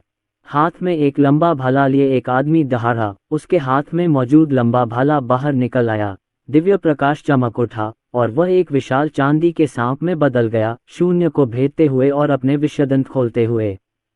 आदमी को इसे लेने से रोका गया और वह आदमी बहुत तेज और फुर्तीला था और वह एक पल में एक हाथ से नाखून काटने वाली मशीन के पास आ गया। हालांकि एक अत्यंत चमकीली ब्लेड की रोशनी आकाश को चीरती हुई सीधे नीचे गिरी। उसने वास्तव में इस व्यक्ति का हाथ काट दिया। वह आदमी वहीं घुटनों के बल बैठ गया, दर्द से कराह रहा था, बहुत असहाय, दुखी दिख रहा था। उसका हाथ जिंदा ही काट दिया गया था, खून बह रहा था जिसे रोकना मुश्किल था। जो खजाना सम्राट को मार सकता है, उस पर तुम कैसे कब्जा कर सकते हो? एक बूढ़े आदमी ने अपनी दाढ़ी को सहलाया और गर्व से मुस्कुराया। यदि आप आज यहाँ आते हैं तो आप जानते हैं कि आपको कुछ लाभ मिलेगा, लेकिन आपने यह उम्मीद नहीं की थी कि आपको यहाँ इंतजार करना पड़ेगा। जब यह नाखून काटने वाला यंत्र पूरी ताकत से फटता है तो यह वास्तव में मानव साधना के शिखर यानी महान सम्राट को मार सकता है। यदि आप नाखून काटने की मशीन खरीद लेते हैं तो स्काई कॉन्टिनेंट आपके ऊपर है। जब सम्राट ने मुझे देखा तो उसे सिगरेट देनी पड़ी, क्योंकि अगर वही ईश्वर ने नहीं जलाई होती तो मैं सिगरेट नहीं पीता।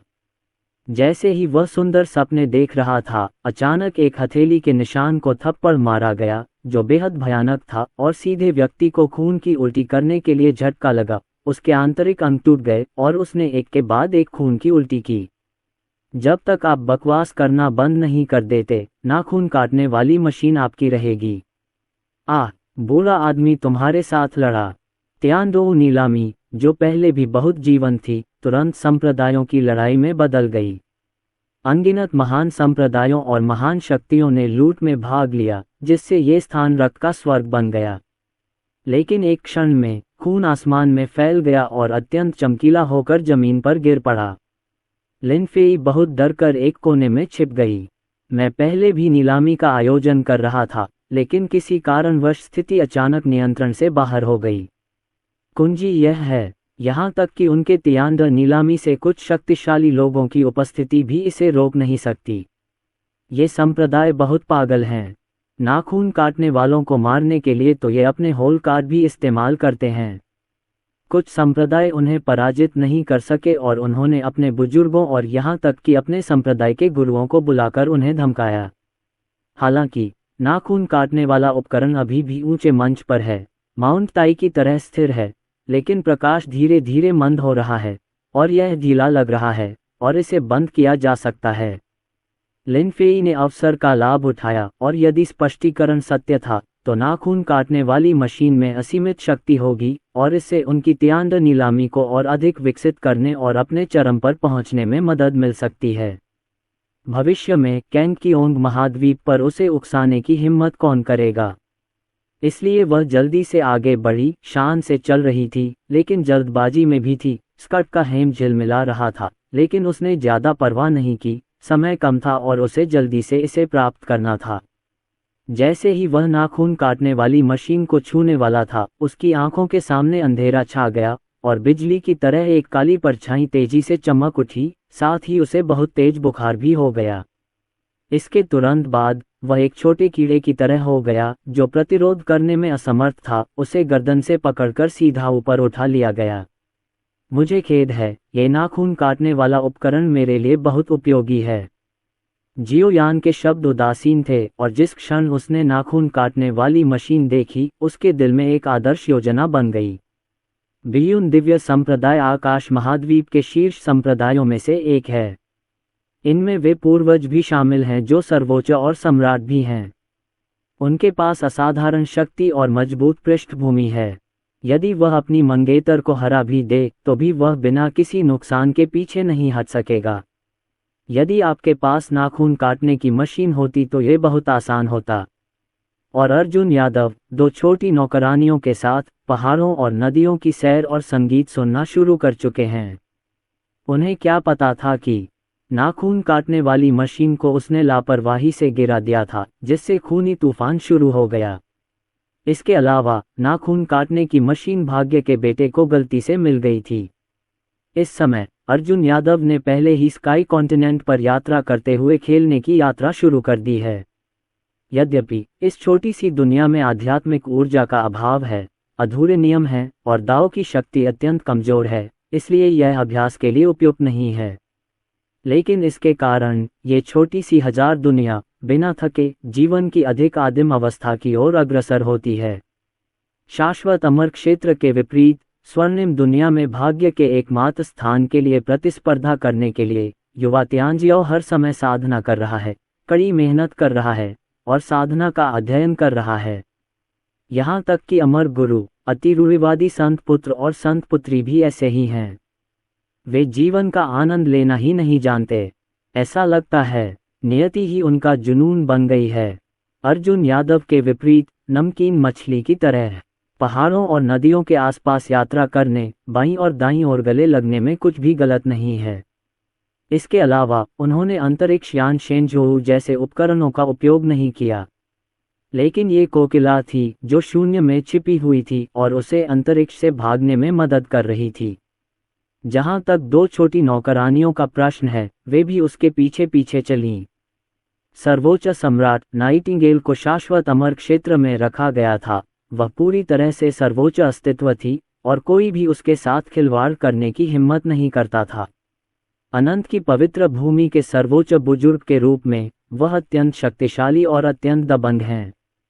अब जब वह अर्जुन यादव का निजी अंगरक्षक बन गया है तो उसे यथासंभव अर्जुन यादव को संतुष्ट करने का प्रयास करना चाहिए।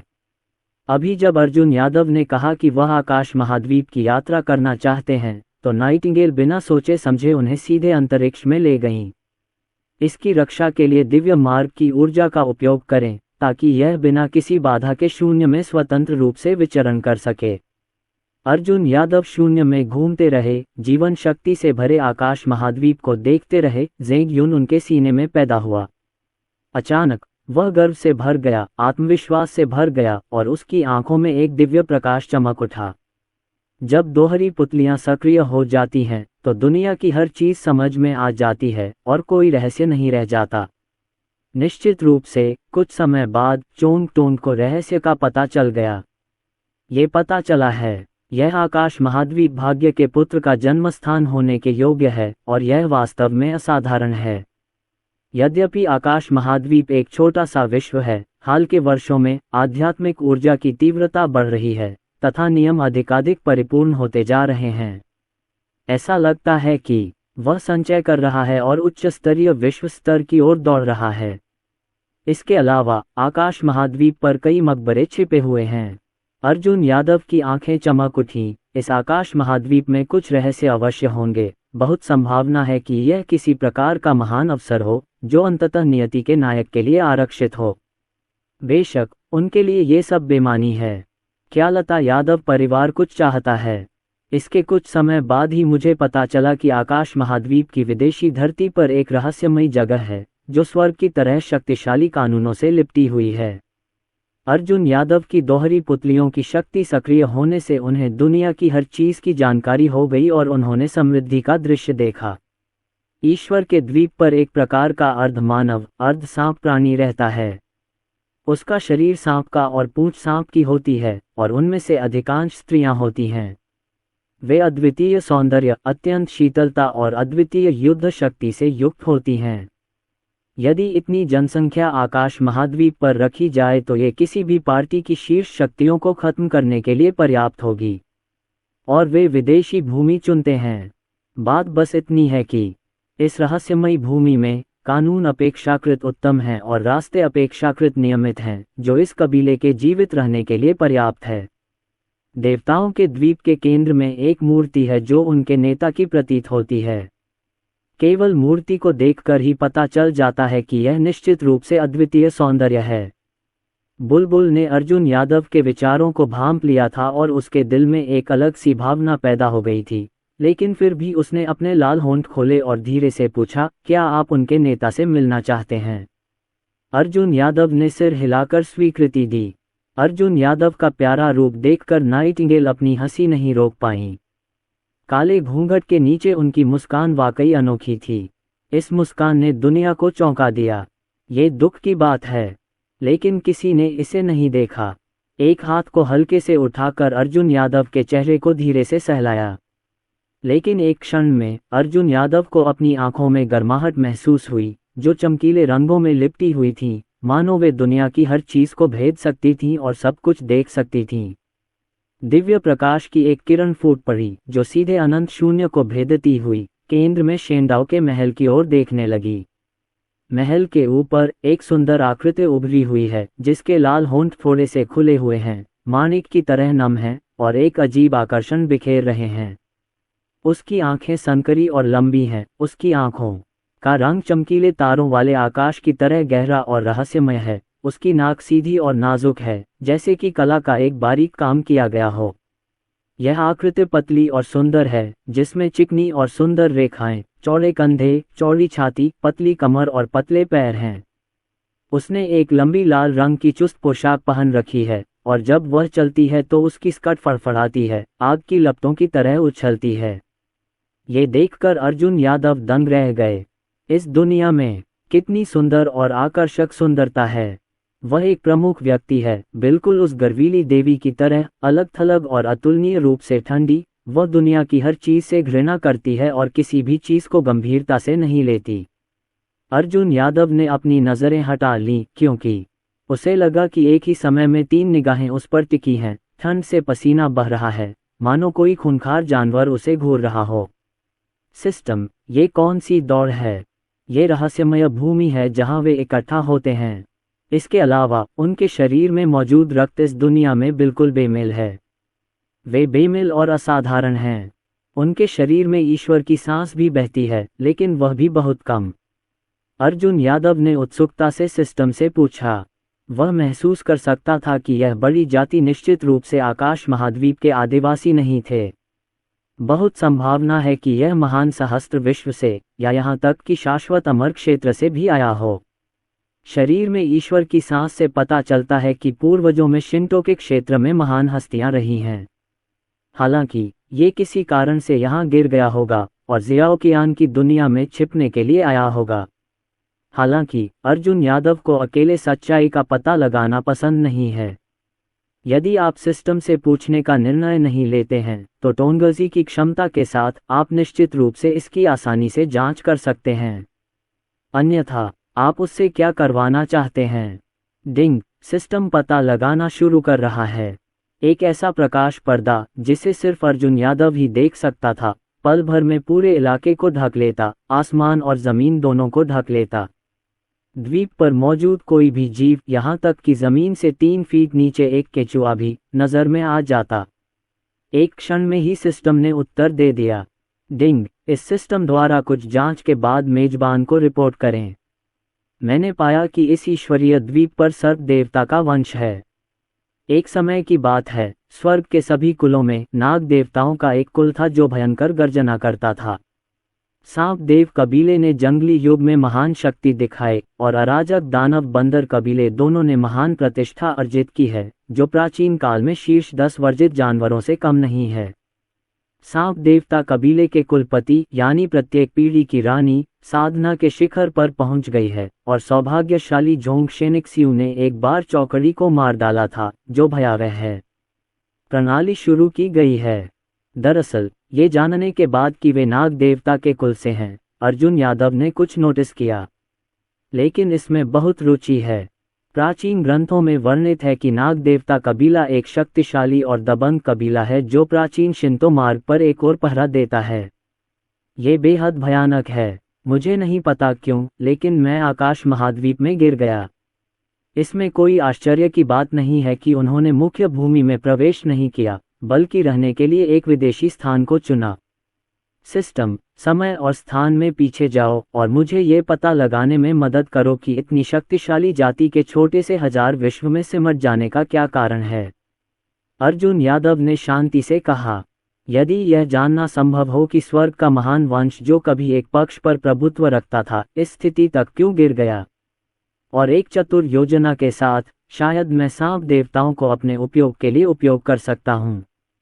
विशेष रूप से सांप देवता कुल की रानी, जिसके शरीर में अभी भी सांप देवता का रक्त बह रहा है, वह बहुत शक्तिशाली और दबंग है, और वह निश्चित रूप से उसके लिए बहुत मददगार हो सकती है। अर्जुन यादव ने तो उसे अनंत स्वर्ग में शामिल करने की योजना भी बना ली है। सिस्टम, मैं आपको बेनकाब करने में बहुत शर्मिंदा हूँ। क्या आप सांप देवताओं को वश में करने की कोशिश कर रहे हैं? आपको डर है कि ये दूसरों की रानी को वश में करने के लिए है। हालांकि सिस्टम केवल अपने मन में ही इसके बारे में सोच रहा है। भले ही उसे मेजबान के असली इरादे पता हो, वह इसे उजागर करने की हिम्मत कभी नहीं करेगा, अन्यथा उसे फिर से जवाबी कार्रवाई का सामना करना पड़ेगा। उसी समय सिस्टम ने समय स्थान पूर्वव्यापी क्षमता को सक्रिय कर दिया। समय और स्थान के नियम उलट गए और यह समय की लंबी नदी के खिलाफ चला गया, हवा और छाया को पकड़ते हुए, जैसे कि वह निशान जानना चाहता था। क्षण भर में ही नाग देवता वंश का इतिहास सिस्टम द्वारा पकड़ लिया गया और फिर अर्जुन यादव के मस्तिष्क में प्रसारित हो गया। नाग देवताओं का कुल एक और प्रभुत्व रखता है तथा स्वर्ग का कुल अद्वितीय एवं शक्तिशाली है। शिंटो के प्राचीन मार्ग की रक्षा करने वाला एक ग्रह। हालांकि अंधेरे के आक्रमण और प्रतिबंधित क्षेत्र पर निरंतर अतिक्रमण के साथ इसके अलावा स्वर्णिम दुनिया आने वाली है, न केवल शाश्वत अमर क्षेत्र में बल्कि सभी स्वर्गों और असंख्य दुनियाओं में भी। सभी प्रतिभाएं भाग्य की स्थिति के लिए प्रतिस्पर्धा करने के लिए प्रतिस्पर्धा कर रही हैं। यहाँ तक कि जीवन के प्रतिबंधित क्षेत्र और क्षेत्र के बाहर की अराजकता भी हस्तक्षेप करना चाहती है। वे भी अपना स्वयं का त्याज्याओ भेजना चाहते हैं जब विश्व महान विवाद आधिकारिक रूप से आ जाएगा। बस दिव्य मार्ग के प्राचीन मार्ग के खुलने की प्रतीक्षा करें और अंधेरे प्राणियों की युवा पीढ़ी को उसमें भेजें। स्वर्ग और दुनिया के महान नायकों के साथ प्रतिस्पर्धा करें। बेशक वे भी पीछे नहीं हटेंगे, वे उन्हें मार रहे हैं। जहाँ तक शिंटो के प्राचीन मार्ग पर स्थित अनगिनत ग्रहों का प्रश्न है, तो उन सभी को निशाना बनाया गया है जो क्षेत्र के बाहर अराजकता और जीवन के निश्चित क्षेत्र के लिए अच्छे नहीं हैं। यही बात सर्प देवता कबीले के लिए भी सत्य है, जो जीवन के प्रतिबंधित क्षेत्र और अपने ही गद्दारों द्वारा घेरे और दबाए गए थे। उस युद्ध में आकाश और पृथ्वी अंधकार में हो गए, सूर्य और चंद्रमा अंधकार में हो गए तथा दिव्य मार्ग के क्षेत्र में कई शक्तिशाली लोग गिर गए। सर्प देवता कुल की पिछली रानी ने सर्प देवता कुल को किसी छोटी सी दुनिया में स्थानांतरित करने के लिए अपने जीवन की कीमत भी चुकाई थी। नाग देवता कबीले ने भी शाश्वत अमर क्षेत्र के समर्थन की प्रतीक्षा की। ये दुख की बात है। ऐसा लगता है कि यह किसी प्रकार से या कुछ अज्ञात कारणों से अवरुद्ध है। शाश्वत अमर क्षेत्र में ताओवादी प्रणाली से सुदृढ़ीकरण लंबे समय तक पहुंचने में विफल रहा और अंततः स्वर्ग के महान कुलों की ऐसी स्थिति हो गई और वे एक छोटे से हजार दुनिया में रुके रहे। अर्जुन यादव ने धीरे से अपनी आंखें खोली और उनकी रत्न जैसी आंखें दिव्य प्रकाश से चमक उठीं। उसे हमेशा लगता था कि इसमें कोई बड़ा रहस्य छिपा है। शाश्वत अमर क्षेत्र में शांति नहीं है तथा अंतर्धारा अशांत है, एक दूसरे से प्रतिस्पर्धा कर रही है। बाहरी अराजकता और सीमित जीवन के खतरे के अलावा शाश्वत अमर क्षेत्र के अंदर भी एक बड़ी समस्या जरूर है। एक ताओवाद है जो अंधकार के साथ मिलकर सर्प देवताओं की हत्या कर रहा है। अर्जुन यादव की आंखें चमक उठीं और उनके दिमाग में एक बेहतरीन योजना बन गई। यदि यह योजना सफल रही तो निश्चित रूप से नीले आकाश, सूर्य और चंद्रमा का स्वरूप बदल जाएगा। उसके बाद उनका शाश्वत स्वर्ग फिर से बढ़ेगा, यहाँ तक कि नाग देवता कुल भी इसमें शामिल हो जाएगा। इसके अलावा 5 अमर देव सम्राटों की कठपुतलियां और 2 सर्वोच्च देव सम्राट, विश्व वृक्ष और विश्व इच्छा, बस इतना ही। यहाँ चांद किंग दाओजोंग, देवाश्रम और झांतियन प्राचीन संप्रदाय भी हैं, साथ ही तियांजियाओ के भाग्यशाली बीजों के कई पुत्र भी हैं। अर्जुन यादव पहले ही कल्पना में डूब चुके थे और इसी समय सिस्टम की आवाज सुनाई दी। डिंग डिंग डिंग, मेजबान के विचारों का पता चला है। चूंकि मेजबान सर्प देवता कबीले को वश में करना चाहता है, लेकिन कोई सक्षम नेता नहीं है, इसलिए सिस्टम स्वचालित रूप से अपग्रेड हो जाएगा। डिंग डिंग डिंग, सिस्टम अपग्रेड किया जा रहा है, सिस्टम अपग्रेड किया जा रहा है। डिंग डिंग डिंग, सिस्टम अपग्रेड सफल रहा, अपग्रेड सफल रहा, अनलॉक करें अजेय जानवर मास्टर मोड।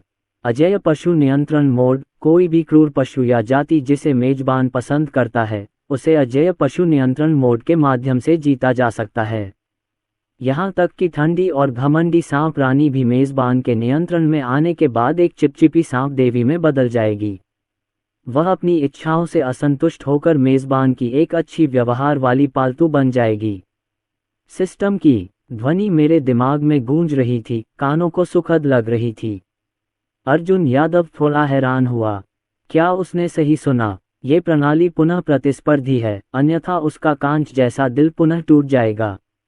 उसके दिमाग में बस एक विचार था और उसने अभी तक उसे अमल में नहीं लाया था। उसे उम्मीद नहीं थी कि सिस्टम उससे ज्यादा चिंतित होगा। वह सिर्फ सांप देवता के कबीले पर विजय प्राप्त करना चाहता था, लेकिन उसने यह उम्मीद नहीं की थी कि वह सीधे अजेय जानवर नियंत्रण मोड को जागृत कर देगा। तब से सर्प देवताओं की बात तो दूर, यहाँ तक कि प्राचीन काल में असली ड्रैगन, यूनिकॉर्न, फीनिक्स और अन्य 10 वर्जित जानवर भी आज्ञाकारी रूप से उसके क्रॉच माउंट बन गए। बेशक जियाओलोंग लिंग एर के साथ वह अन्य क्रूर जानवरों के प्रति आकर्षित नहीं हो पाएगा। ये सिर्फ इतना है, सांप देवता कबीले की रानी अतुलनीय रूप से ग्लैमरस और महान है। अगर वह उसकी क्रॉच माउंट हो सकती है, तो वह आज्ञाकारी और आज्ञाकारी होगी। बाहरी दुनिया में सत्तारूढ़ दल सर्प देवता की रानी महान और आकर्षक है और अजेय होने की प्रतिष्ठा रखती है, लेकिन यहाँ वह आज्ञाकारी ढंग से लेट जाता है और एक पालतू जानवर बन जाता है, उसकी जांघों के नीचे एक जानवर जो विपरीतता पर ध्यान केंद्रित करता है। अर्जुन यादव खुद को रोक नहीं सके, उनके मुंह के कोने थोड़े ऊपर उठ गए। ये दृश्य देखकर बुलबुल को पता चल गया कि इस छोटे लड़के के मन में कोई भी अच्छा इरादा नहीं है। यदि वह कुछ अच्छा सोचता तो वह इतनी बुरी मुस्कान नहीं होती, लेकिन उसे भी इसकी आदत हो गई। ये छोटा सा आदमी अनंत की पवित्र भूमि में सभी प्रकार की क्षति कर रहा था, लेकिन यह उसकी नाक के नीचे था, लेकिन उसने इसे नहीं रोका। वह परेशान कर रहा था, वह देख रही थी, आज्ञाकारी रूप से प्यार कर रही थी, असीम रूप से प्यार कर रही थी। सूचना संचालक भाग्य का पुत्र जियोयान बियुन दिव्य संप्रदाय पर सवार होने वाला है और अपनी मंगेतर लियू येई के साथ निर्णायक युद्ध शुरू करने वाला है। क्या आप जाकर देखेंगे? सिस्टम याद दिलाता है। आखिरकार आकाश महाद्वीप की इस यात्रा का सबसे बड़ा उद्देश्य भाग्य के पुत्र के विकास को देखना है और फिर उसे पूरी तरह से शाश्वत स्वर्ग में एकीकृत करना, उसे शाश्वत परिलोक में ले जाना और उसे विकसित करने के लिए बहुत सारे संसाधन खर्च करना है। जब वह भविष्य में बड़ा होगा तो वह निश्चित रूप से अनंत स्वर्ग में उसका सक्षम सेनापति होगा, जो उसे एक तरफ से दूर करने में मदद करने में सक्षम होगा। ये सोचते हुए अर्जुन यादव थोड़ा पीछे मुड़े और दूर तक देखने लगे। इस मामले में चलो पहले भाग्य के बेटे के 6 साल के समझौते को देखें। जहां तक नाग देवताओं का प्रश्न है, वे कहीं भी भाग नहीं सकते और हम उस समय आकर उन्हें वश में कर लेंगे। जैसा कि अर्जुन यादव ने कहा, उन्होंने शेंडाओ के केंद्र में स्थित सीट पर गहरी नजर डाली। सांप रानी उसके ध्यान के योग्य है। मिस नाइटिंगेल, चलो आकाश महाद्वीप पर बियुन दिव्य संप्रदाय पर चलते हैं। वहां एक अच्छा शो इंतजार कर रहा है। अर्जुन यादव अपने बगल में खाली जगह को देखकर हल्के से मुस्कुराए, थोड़ा प्यारा सा। बुलबुल शून्य में छिपी रहती है, विशेषकर जब वह इस छोटी सी दुनिया में आती है, तो वह शायद ही अपना चेहरा दिखाती है।